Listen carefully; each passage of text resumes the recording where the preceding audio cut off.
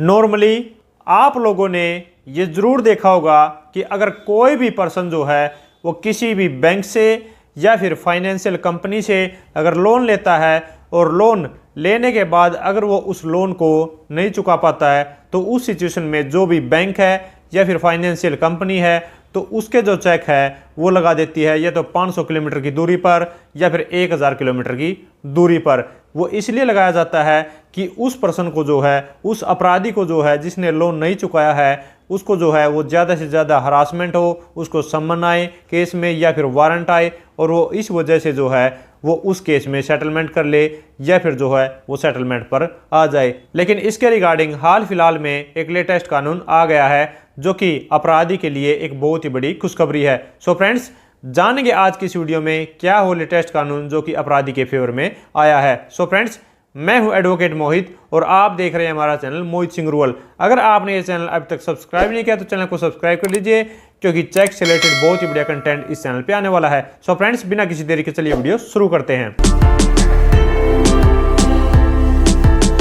So friends, normally आप लोगों ने ये देखा होगा कि अगर आप जो है वो लोन लेते हैं दिल्ली से और दिल्ली में आपने लोन लिया है और वहीं पर जो आपने चेक इशू किए हैं, तो अब अगर आप उस लोन की रीपेमेंट नहीं करते तो आपका जो चेक है वो लगा दिया जाता है या तो बेंगलोर में या पुणे में या फिर मुंबई में, जिससे कि आपको ज़्यादा से ज़्यादा हरासमेंट हो जाए। तो इसको हम एक एग्जाम्पल के तरीके से समझते हैं कि अगर मान लीजिए आपने 3 लाख रुपए का लोन लिया है, अब लोन जो है वो आपने चुकाया नहीं है तो बैंक जो है वो आपको नोटिस आते हैं और नोटिस आने के बाद जो है अगर आप पेमेंट को नहीं भरते उनकी तो वो क्या करते हैं कि आपको जो चेक है वो मुंबई में या फिर पुणे में या फिर बेंगलोर में आपका चेक लगा देते हैं। तो वहाँ पर जो आपका चेक है वो बाउंस हो जाता है। तो अब बाउंस होने के बाद जो है वो वहीं पर उसका चेक बाउंस का केस चला देते हैं। अब इसमें क्या आपकी हरासमेंट होगी वो मैं आपको बता देता हूँ कि अगर आपका जो केस है वो चला दिया जाता है बेंगलोर में या फिर पुणे में या फिर मुंबई में, तो आपको जो है वहाँ पर जाकर बेल करानी होती है। बेल में जो आपका अप्रोक्सीमेट 15,000 से 20,000 रुपये खर्चा आ जाता है। और इसके अलावा अगर आप वहाँ पर जाते हैं तो उसमें आपका जो ट्रांसपोर्ट चार्जेस हैं वो भी अप्रोक्सीमेटली 2,000 रुपये से 10,000 रुपये तक आ जाता है, चाहे आप ट्रेन से जाए या फिर आप बाय एयर जाए। अब नॉर्मली अगर हम बात करें तो जिस दिन आप वहाँ पर जाएंगे तो उसका जो भी आपकी जॉब है उसके रिगार्डिंग भी आपका जो है वो लॉस होगा। आपका पर डे का लॉस जो है वो सेपरेट है, उसको हम कैलकुलेट यहाँ पर नहीं कर सकते। लेकिन अगर मैं बात करूँ तो नॉर्मली एक चेक बाउंस का केस जो है एवरेज 2 से 3 साल तक चल जाता है। अगर हम मान के चले कि आपका केस जो है वो 3 साल तक चला है तो उस सिचुएशन में आपके 36 महीने बनते हैं और 36 महीने में अगर हर महीने में आपकी एक बार भी उस केस की पेशी आती है तो आपको जो है उस केस में 36 बार जाना पड़ सकता है। तो इस अकॉर्डिंग आप पर विजिट अगर ट्रांसपोर्ट चार्जेस भी लगाएंगे तो अगर आप 5,000 रुपये के हिसाब से लगाते हैं और 36 बार आप वहाँ पर विजिट करते हैं तो अप्रोक्सीमेटली आपका जो है 1,80,000 रुपये सिर्फ ट्रांसपोर्ट में लग जाता है। और जैसा कि मैंने आपको बताया था कि बेल के जो चार्जेस हैं वो आपके अलग से 15 से 20,000 रुपये लग जाते हैं। तो अभी तक जो आपके 2 लाख रुपये कैलकुलेट हो चुके हैं। और इसके अलावा जो एडवोकेट है वो अपनी लिटिगेशन एक्सपेंसेस जो है वो भी आपसे लेते हैं, वो भी आपके अप्रोक्सीमेटली जो है वो 20,000 रुपये से लेके 50,000 रुपये तक हो सकते हैं। तो यहाँ पर आपको जो है वो 2.5 लाख रुपये का खर्चा हो ही चुका है, जबकि आपने 3 लाख रुपये का लोन लिया है और उन्होंने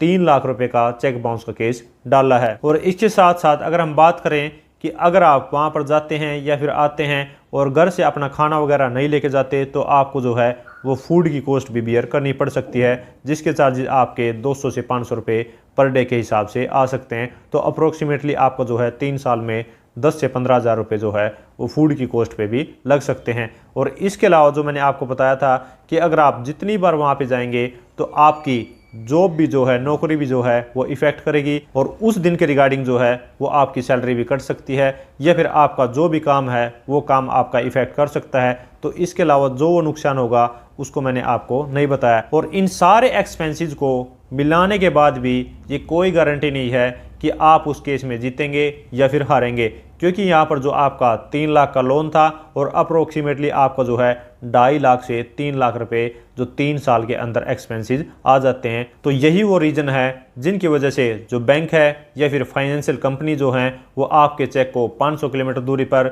या फिर 1000 किलोमीटर की दूरी पर लगाते हैं, जिससे आपकी हरासमेंट जो है, जिससे आपकी टेंशन जो है वो ज़्यादा से ज़्यादा बढ़ सके और आप कॉम्प्रोमाइज़ कर सके। लेकिन इसके रिगार्डिंग भी जो है वो एक कानून है जिसको यूज़ करके आप जो है वो अपनी हेल्प कर सकते हैं, या फिर उस कानून की मदद से जो है वो आपकी हरासमेंट जो है वो काफ़ी कम हो जाएगी, और वो है section 228 of BNSS। Section 228 of BNSS ये कहता है कि आपकी जो पर्सनल विजिट है उसको एग्जम्प्ट किया जा सकता है, टेम्परेरी भी और परमानेंट भी, कि जब तक आपकी उस केस में ज़रूरत नहीं है तो आपको उस केस में पर्सनली विजिट करने की कोई भी ज़रूरत नहीं है। और ये जो एग्जम्पशंस है वो किसी भी रीजन से हो सकती है। मान लीजिए किसी भी अपराधी की ओल्ड एज है, या फिर उसको सीरियस बीमारी है, या फिर उसको ट्रैवल से जो है वो दिक्कतें हैं, या फिर उसकी गवर्नमेंट जॉब है, या फिर जो आपका डिस्टेंस है कोर्ट में और आपकी रेजिडेंस में वो बहुत ही ज़्यादा है, जिससे आपकी जो है वो लाइफ इफ़ेक्ट कर सकती है। तो इन वजह से जो है